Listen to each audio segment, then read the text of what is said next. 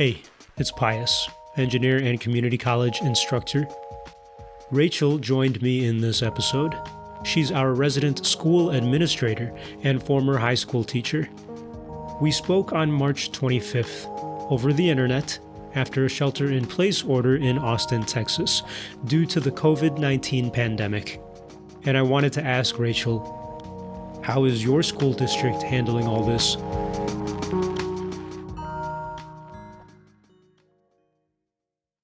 Last week, my district that I work for technically was back off spring break, but we were closed.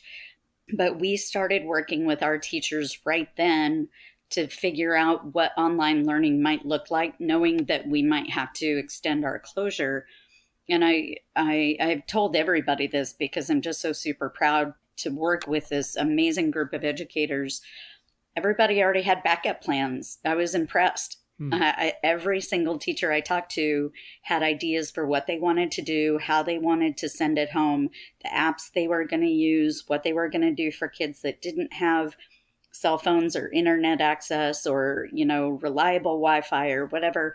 Everybody had ideas. They were good to go. So it was really, really impressive to see that whole kind of makeshift system roll out. But as far as being on the home front, my son was on spring break last week. So I didn't make him do a lot of schoolwork. But this week, both districts are closed. And next week, both districts are closed. So not only am I doing my job as an administrator and helping teachers and families through that process, but I'm also homeschooling my son. And when I say I'm homeschooling, we're doing actual work. He has online assignments. He does worksheets. He's been working with flashcards. He has structured recess. He has a designated breakfast time, a designated lunch time. He has a morning Zoom meeting with his teacher every morning. So it's like we have a real schedule and we stick to it, and it's not all loosey-goosey. So it's pretty much like 3 jobs right now. Gosh. What's harder, teaching or administering remotely? So that's kind of not a fair comparison, only because just the concerns I have are different. Teaching my own kid is stupid hard because he's stubborn and I'm stubborn, and he's my kid and I'm his mom, and so the dynamic is different.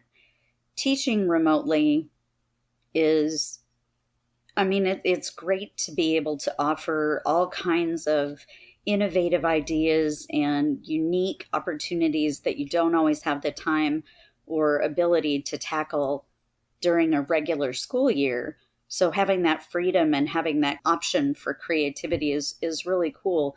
But then you worry about the kids that aren't able to log in, or kids that you see they're turning in their work, but they're turning it in at like 1:30 in the morning, or, are the kids that don't have access, and I gave them handouts and packets and stuff, are they actually sitting there doing it? Or do they need to ask questions? How do I get a hold of them?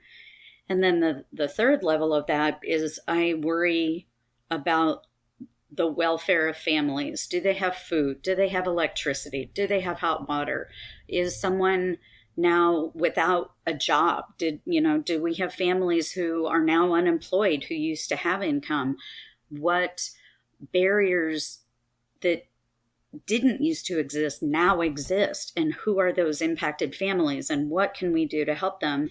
So, it's like comparing kangaroos to toothpicks to butterflies or something. There's no, oh my gosh, they're just so they're different. all wonderful in their own ways. So, well, let's break it down then. Like, I am really curious as an administrator. Your welfare problems sound to me like the most pressing, number one, and the most complicated, because those are complex problems. They're problems that largely existed before the coronavirus. Yes. And now you have to try to take care of it from afar somehow. So what are, number one, the main problems you see in terms of the welfare of your students and families in your district, and how are you trying to tackle that?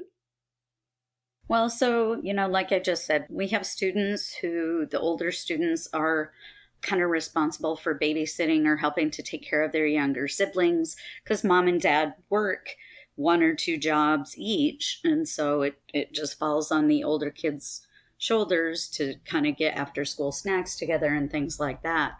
But then on top of that, not everybody has the luxury of being able to work from home. So I, without knowing, without anyone having reached out to me personally, I am just about 100% certain that we have families in our community who used to be employed and now are not. They Sure. either were furloughed or laid off or whatever it happens to be. And so these are families that used to know how, to pay bills and put food on the table and things like that. And now there's a different level of uncertainty for them. Right. And here we are not hounding, but it probably feels like hounding by sending out email communications and text communications and phone messaging and remind application messaging and Facebook messaging and all this stuff. We're bombarding them with all this information about how their kids can keep learning. And in the meantime, they are just trying to look for another job Right. or, find money or, reach out to their parents for help or whatever it happens to be. And so balancing that, it really is a juggling act for how do we take care of our kids, but also how do we take care of our families. And again, unfortunately, the best that we can do is kind of keep providing and brokering, I guess, information. So for students and families that don't have Wi-Fi access, they can go to the school and sit in the parking lot or sit anywhere close to a building, essentially. And we have opened up guest Wi-Fi. Wow. There are also internet companies that if your location has the capability, they will come out and hook up Wi-Fi for free. Yeah, I saw that. And so we give them that information. But I mean, and we've provided, so what we do is once a week, we send out enough meals for each child in the community to have enough food for a week. So instead of handing out food 2 or 3 times a week, we only do it once a week, but we give a week's worth at once. And last week, I believe we handed out something like 175 or 200 sets of meals. This week, it was 360 or 70.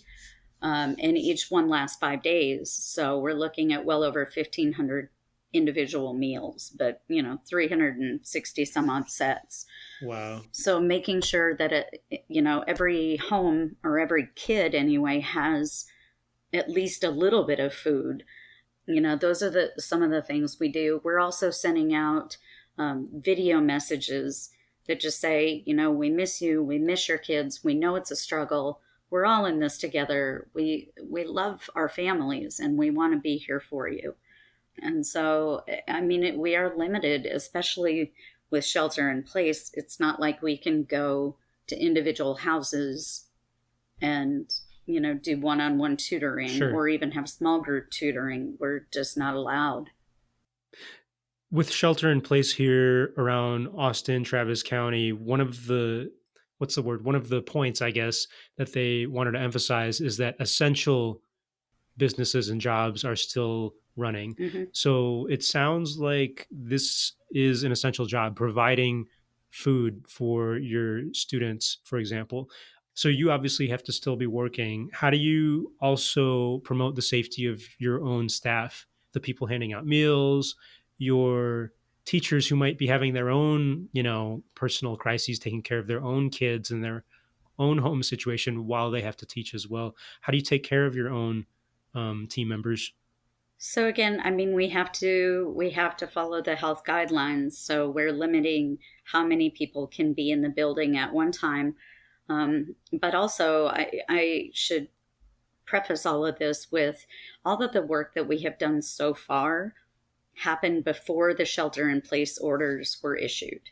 Okay. So we don't currently have a formalized plan for what we will be doing on Tuesday. to distribute the meals and things, we will probably have to limit even further the number of people who are assisting, and we'll probably have to wear protective equipment of some kind. How do you get that protective equipment? Because even my friend who's a nurse, she's having trouble, their department's having trouble getting all of that Sure. protective equipment because there's strict guidelines on who gets that. The best that we can do is probably check in the nurse's office to see if there are just, regular medical masks, or, the face masks Yeah. and gloves. As a side note, I've heard of several people who use their sewing skills and DIY skills to try to create some face masks using like HEPA filter material and cloth Mm-hmm. combined together. And even the city of Austin was collecting donated DIY masks. And not because it's as good as official certified N95 masks, but because there's a little bit of benefit. Mm-hmm. Would your school district be looking for that kind of help? Or I don't even know how that works. Does the I don't state either. government help you with that kind of thing? I don't. Wow. We're all trying to figure that out. Yeah, Okay. we the administration team on my or at my district, because we are so small, we're able to. I mean, we can jump on a Google Hangout very quickly.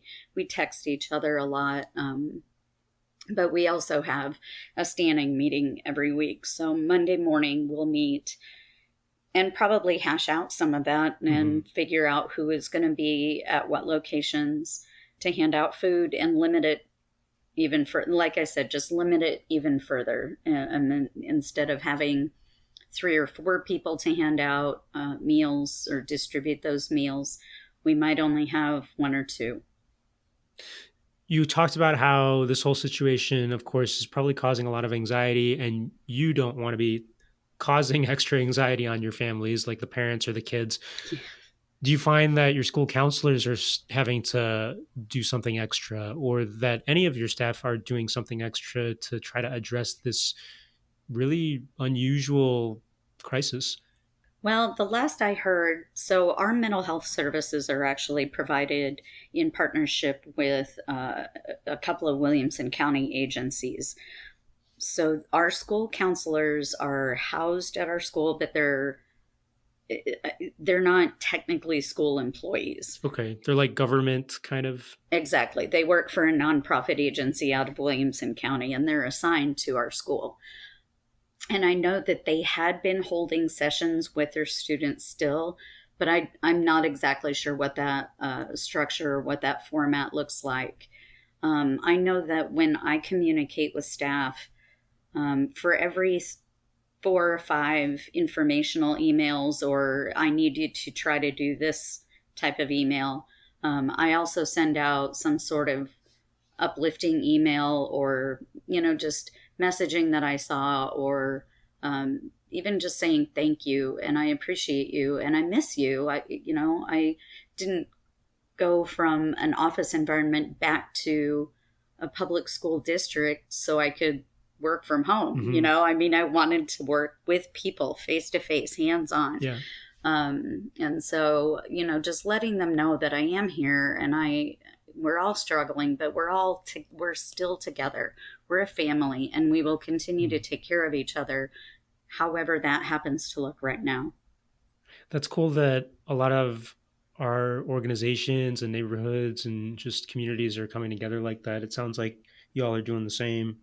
I wanted to ask about what your teachers were doing too. You talked about how obviously giving access to education is a big deal. Mm-hmm. You also talked about how your teachers already had a bunch of ideas for what they were going to do. So, what are they doing, number one, for the kids who have internet access? What are the things that in these couple of days seem to be working?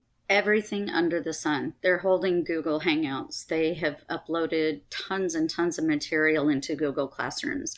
They're using online learning platforms. They're using iStation. They're using Prodigy, the Ed Galaxy, like every educational app that exists practically that we have access to, they're using. They're making phone calls to parents, phone calls to kids. They're sending out reminders using a number of different apps, Remind, Google, email, text, you name it. Yeah. Several of our teachers who have personal Gmail accounts have created a Google Voice number so that they can communicate with their students in an appropriate and I can't eat this is a tongue twister. In an 'Cause you got a lot to say. appropriate and yes, an appropriate and FERPA friendly way. Right. I dare everyone to try to say that better that than sounds I like a did, poem. faster than I did. That was a lot.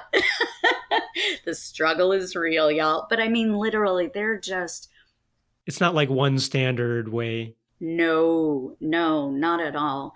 And I mean, one teacher even joked. We had a secondary teacher conference this morning, and she said, "I dug out my old phone and my landline, which is still active, but I haven't used it in years." And she's using that as her like work phone number now, so she can make the phone call, leave a message, or talk with whoever she needs to, whether it's parents, families, students, whomever.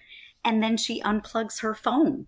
It's brilliant, so that people can't like call her back and prank her or whatever.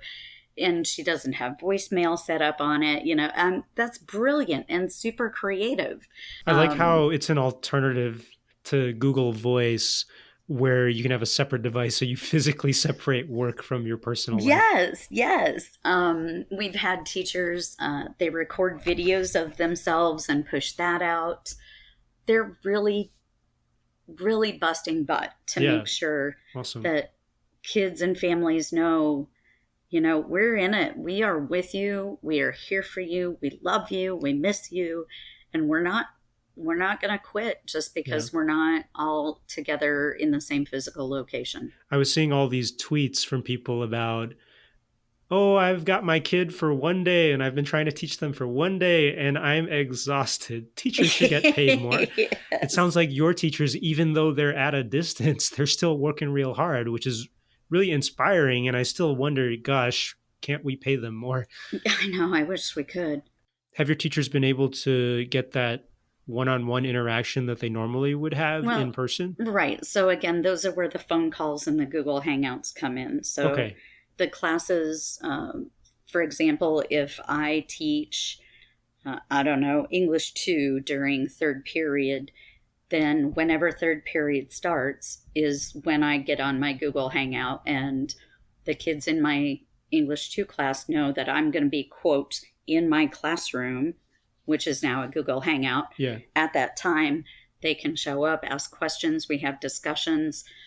The only problem is, and this is, it goes again with the territory of balancing the needs of students and the needs of families, that we're getting somewhere between 30 and 80% participation, depending on the course, the teacher, the grade level, all kinds of things. And it's kind of mixed feedback as well. Some of the kids really love it. Some of the kids are there because they feel they have to be. And some kids can't or won't. And I tend to think probably can't. They just don't have the ability to be there because of other ongoing family concerns or new family concerns. Sure. But I will say that even having 30% participation is so much more effective and provides so much more continuity than if we had nothing at all. I was just having that conversation with a group of teachers yesterday because we were talking about how, online learning kind of sucks sometimes depending on the situation, but it's definitely better than the nothing that everybody would get otherwise. Let's talk about those students you were just mentioning, the people who maybe are not participating for whatever reason. Maybe they just don't have the equipment, or, life situations are happening and they cannot focus on school. What can your team and other schools, I guess, even consider doing for them? Or is it just a lost cause? I don't know. Well, I wouldn't say it's a lost cause, but this is where I'm not sure. I wouldn't say it's a lost cause, but I don't know what more we can do. I don't want to get political, But again, there's a significant, or at least loud, portion of the populace, the general populace in America, that says, well, teachers should just teach. They, should not be responsible for all this other, like student well-being and so on and so forth. But if students aren't eating, or if students are having to take care of younger brothers and sisters, or if students are having to potentially work or help their parents find work, or I don't know, whatever other things are happening, you can't expect them to tune all of that out and just focus on schoolwork. So a teacher's job is directly impacted by the other things that are going on. And if a student needs counseling, or if families need money, or if families need food, or if, all these other things are going on, then they need to have that in order to make learning happen.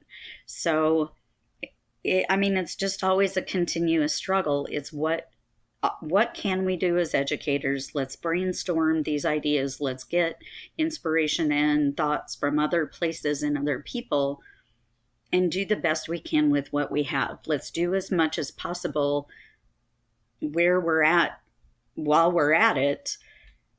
And, I don't know. Yeah. You still can only control so much, though. And you all are probably always brainstorming what to do about all this. I mean, you talked about these high level solutions at the government level or political level, which makes sense to me. I mean, I personally think we should get political when it comes to access to the internet or access to libraries or whatever, which in the end could be helpful in an emergency situation like this. But teachers, that's not their job, just like you said, not officially. Right.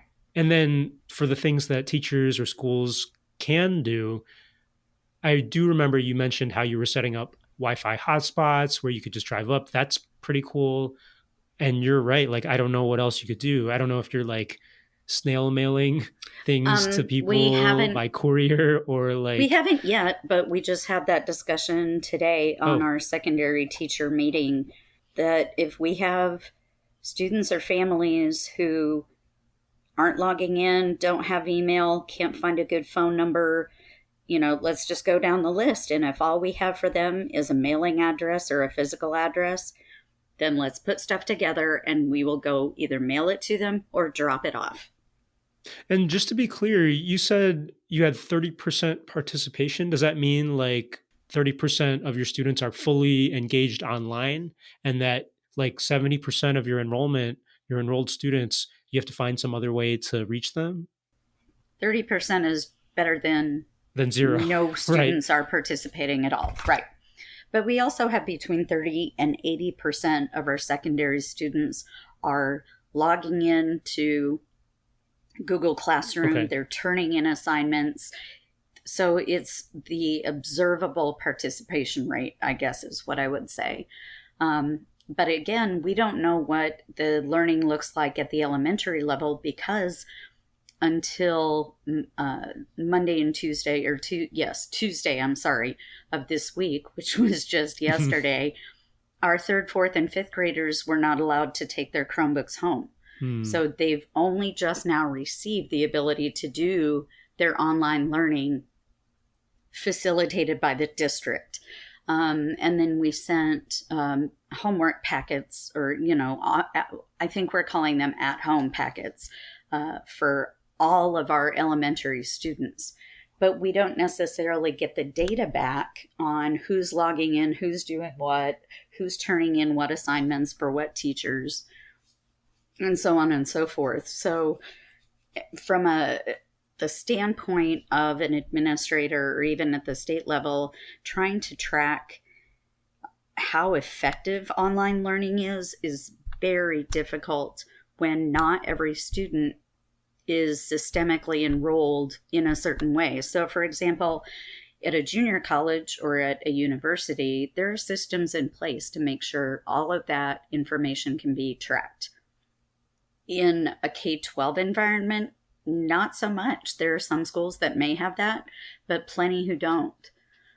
And again, when those life circumstances get in the way, can you really ask a 13-year-old kid whose mom or dad or both just lost their jobs, I'm sorry, you have to put all that aside and only focus on your schoolwork right now. Mm-hmm. Of course you can't do that. That's not even, I mean, it's mean. That's my personal opinion. But if anyone were to look at a child and say, "Oh, well, I'm sorry that your parents lost their job, but you're just going to have to suck it up and do your schoolwork," that is mean, and I would not expect that. So, Yeah. and again, it's a conundrum. We want what's best for our students and families, and one of those things is a continuity of learning and a continuity of systems that we're able to provide. However, we have to be flexible. We have to acknowledge that there will be extenuating circumstances that we have no control over and have no way to fix.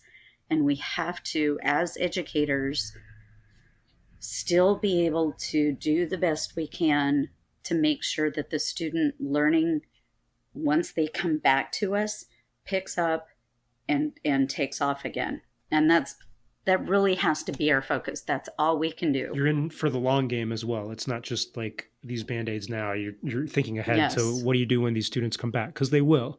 Mm-hmm. And, I want to even get down into the weeds a little more. I was thinking about curriculum then with stuff that you were just talking about. I've heard during crisis scenarios, there's that famous story, I think, of Mr. Rogers who had a TV episode when I think there was the Kennedy assassination. But like I don't know. well, basically during a crisis or even during 9/11, I think Mr. Rogers there was an episode of, or a film of him supposedly talking directly to children or to families to talk where he about says, look for the crisis. helpers. Exactly. And then I feel like there's another train of thought where, when something really nasty has happened and you go to school, sometimes you want a distraction and you just want to talk about math and you don't want to talk about the crisis. Do you think that there's any recommended strategy in curriculum, whether or not to talk about the COVID-19 virus and all the after effects? Do teachers bring that into the lessons now, or do they leave it out? I'm not sure if any of them do, but I know that my email has been inundated with lots of ideas that are research and evidence based on how to talk to children about what's going on in the world around them. I think that it could be a good civics lesson. I think that it could be a good health lesson. It could be a good counseling session. Yeah. But I am not sure that I would ever assign that to a teacher because there are so many ways that it could go wrong as well. And some of those conversations are just best held face to face. And then you also talked about bringing or letting your students bring Chromebooks home and everything. I'm wondering if there's any weird IT issues or data privacy issues, Yep. FERPA and all these strange things. Yep. Because you talk about FERPA, like your IT guy, I shouldn't say IT guy, I keep using that phrase, but your IT team, is this a nightmare for them? Like tracking all this equipment floating around? Or well, she's actually really highly organized. Our team is a team of one. Oh, okay. She's super organized, and even though she didn't have anything in place prior to this situation, she had ideas in her head. So for her to be able to put together at least a short-term system if it was difficult for her, I will say that it didn't seem difficult for her. She was instrumental. She got it done very quickly. It was smooth. It was seamless. She worked with the teachers and the principals to make sure everybody's devices were being tracked and kept track of, and numbers logged and all the things. I will say that one of the issues that I've come up against recently is that as more and more people are using more and more online platforms, there's also an increased likelihood of hacking. I was on a Zoom conference this morning, as a matter of fact, and we were hacked by two random individuals that had nothing to do with anyone in the group. Really? Yes. Yes. And they were just screaming completely inappropriate things. And it was a password protected meeting. You had to be invited and you had to have a password. It's really weird. So I think that's a concern. But I do know that our IT person and both of our principals and our superintendent sent information to parents that said, there's going to be an increased risk of hacking and people phishing for information and scammers and, all of those things. So again, go back to the basics. If there's an email address you don't recognize, just don't even open the email. If someone says click on a link, probably don't click on the link.